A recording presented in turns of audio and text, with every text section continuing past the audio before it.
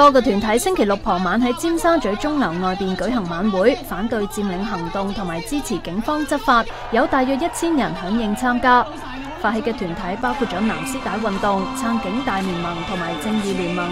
參加者揮動手機燈，又唱歌，表達對警隊嘅支持。大會喺期間播出壹傳媒集團主席黎智英嘅相，即時俾現場嘅人士喝倒彩。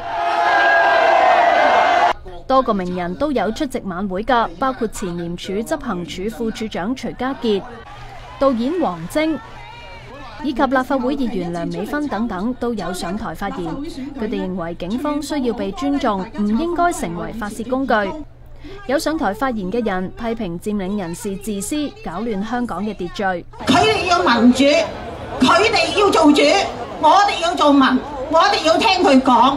我哋唔聽佢講呢，就唔係民主，係咪呢？你認為係咪啊？另外喺較早之前，有團體發起支持警方嘅簽名運動，並且擺街站呼籲途人簽名支持。簽名紙上面會填上姓名、身份證號碼以及年齡等嘅個人資料。ONTV 東網電視新聞台報導。